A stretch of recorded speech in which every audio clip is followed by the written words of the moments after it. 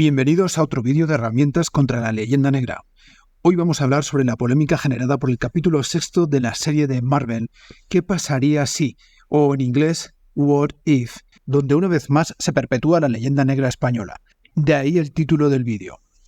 Vamos a desmontar las mentiras y presentar la verdadera historia de España y su papel en la conquista de América. Además, pretendo subtitular el vídeo también en inglés, así que compartidlo con vuestros contactos. Comenzamos.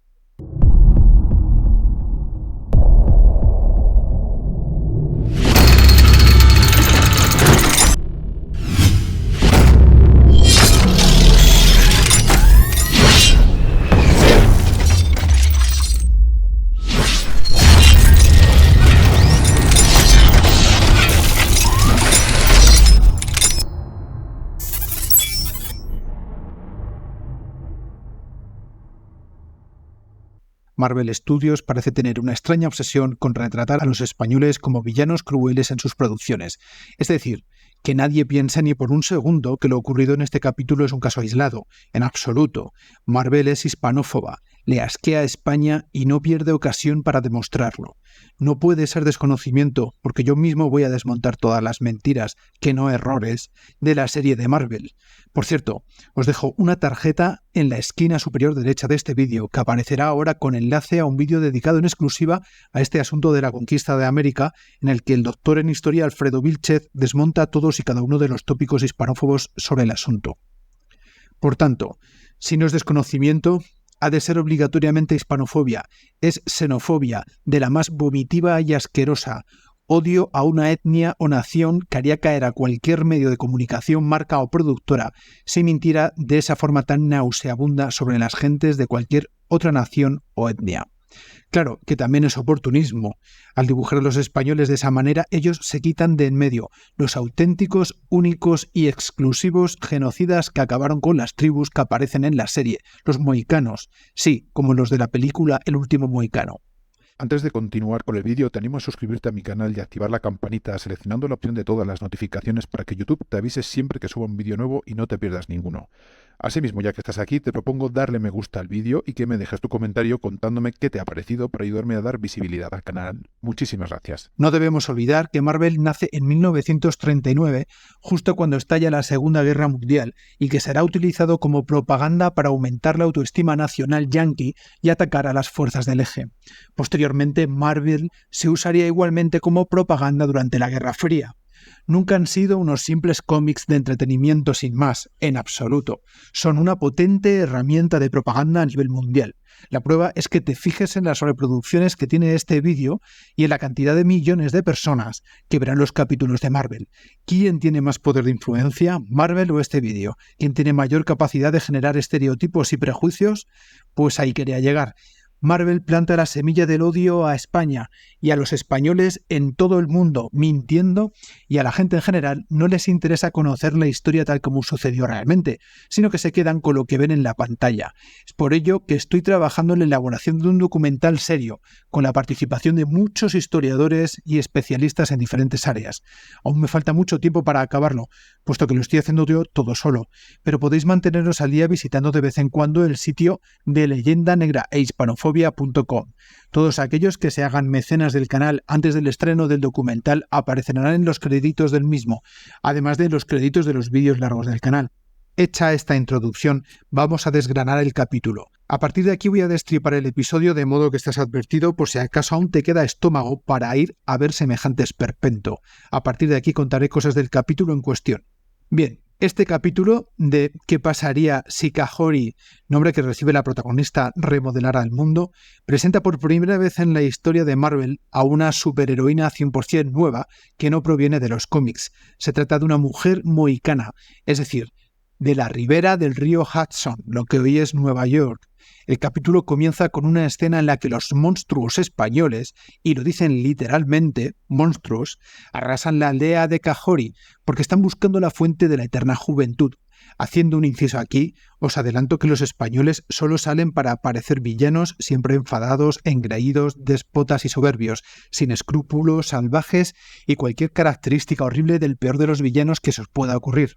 Dicho esto, empezamos mal, puesto que los que llegaron a la actual Nueva York fueron los franceses primero, luego los holandeses fundando Nueva Ámsterdam y finalmente los ingleses que le cambiaron el nombre por Nueva York. Siendo, de hecho, estos holandeses e ingleses los famosos peregrinos del Día de Acción de Gracias los que exterminaron hasta no dejar ni un solo mohicano. De hecho, os daré un par de ejemplos reales. Podéis buscarlos en internet o también podéis ampliar estos ejemplos en el vídeo que os comenté al principio sobre realidades contra la leyenda negra en lo referente a la conquista americana. En 1637, el capitán John Mason masacró en un poblado a más de 600 indígenas de etnia Pequot, hombres, mujeres y niños. El capitán dio gracias a Dios por haberle permitido tal matanza, diciendo: «Gracias a la divina providencia, hubo en ese pueblo 150 indios más que de costumbre, por lo que pudo matar a más personas». Se refería al dios protestante, claro. El poblado se llama hoy Pequot Fort, y al capitán no solo no le recrimina la historia su acción, ni por supuesto Marvel, sino que en 1889 se le erigió una estatua en ese mismo lugar. Otro caso conocido es el de Metacomet, conocido por los ingleses como Rey Felipe.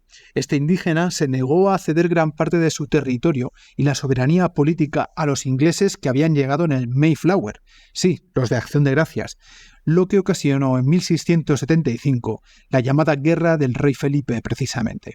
Metacomet fue asesinado por un cazarrecompensas y la población Wampanoag, que no murió, fue desterrada de su territorio. Pero claro, que Marvel narrara estos hechos, pues así fue como sucedieron realmente, sería decir que la propia Marvel es una empresa creada por los auténticos exterminadores de esas tribus, así que mejor encasquetarles esos hechos horribles a los tan sufridos españoles. Como dije, esto es hispanofobia en estado puro, xenofobia y ultranacionalismo yanqui.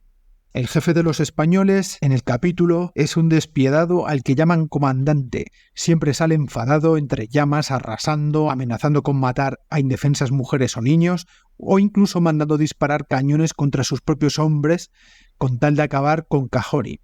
Esa es otra, los barcos disparando a discreción con los cañones, que ni la artillería del desembarco de Normandía. Y hablando del desembarco de Normandía, eso es lo que parece la playa de la batalla final, en la que no paran de aparecer españoles. Resulta que en 2 o 3 barcos de la época muy pequeños podían ir varios batallones a bordo.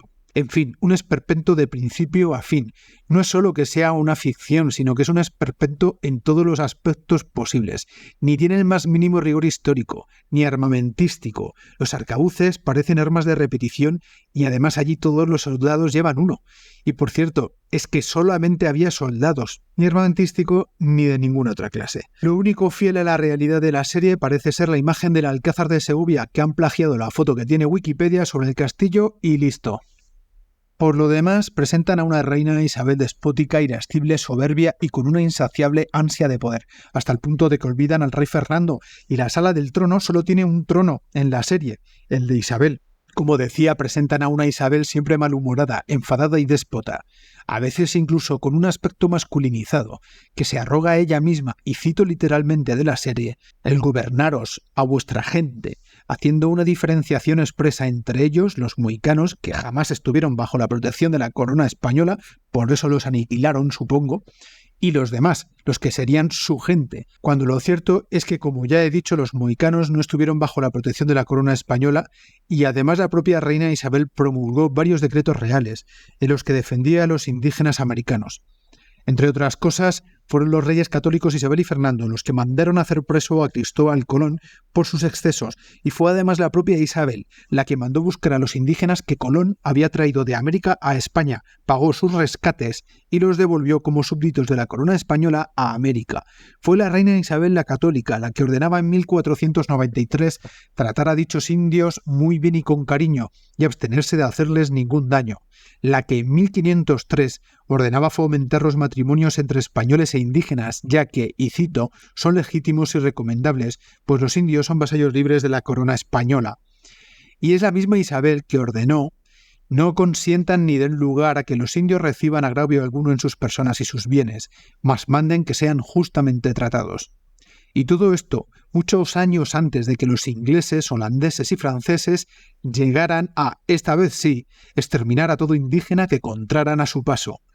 Pero, como dice Elvira Rocabarea, alguien debe tener la culpa de ese auténtico exterminio.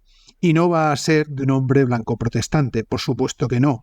Van a retorcer la historia, mentir y manipular para echarle la culpa una vez más a la España católica.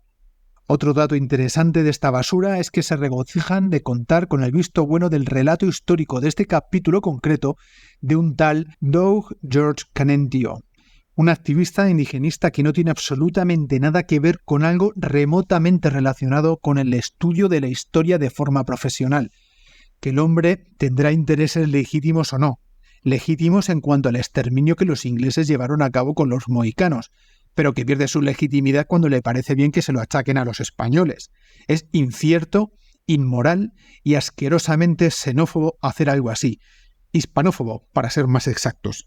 Ante las críticas que ha recibido esta mierda de capítulo, que pocas son, teniendo en cuenta lo malísimo que es, la creadora y guionista de la serie A.C. Bradley ha salido al paso diciendo que tiene razón, pero en este universo los rumores sobre el Tesseracto y el lago prohibido llegaron a Europa, por lo que quienes buscaban la fuente de la juventud comenzaron a buscar en Nueva York y no en Florida. Aquí bastante tela que cortar. Por un lado utiliza el mito de la búsqueda de la fuente de la eterna juventud en la Florida achacada a Ponce de León, cuando es completamente falso, tal como demuestran las investigaciones de Manuel Trillo, por ejemplo, en la que descubre que en las cartas de Ponce de León no se hace referencia a dicha fuente ni una sola vez, y en el que asegura que encontrar dicha fuente en ningún caso fue el motivo de que Ponce de León descubriera la Florida. Es comprensible que para gente que no salió de las costas a donde llegaron, resulte chocante que 4 españoles se arriesguen adentrándose en todo un continente nuevo y creando el mayor imperio conocido en aquellos tiempos, a no ser que fuera por algún motivo poderoso, que en su imaginación de protestantes, que se pasan el día viendo brujas para quemarlas, dicha motivación podría ser encontrar una fuente de eterna juventud.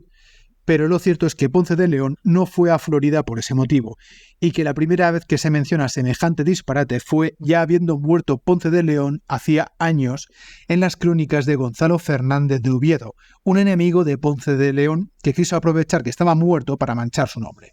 Pero es que además no es la primera vez que Marvel demuestra su hispanofobia recalcitrante, su odio a España y a los españoles, tergiversando y mintiendo sobre nuestra historia.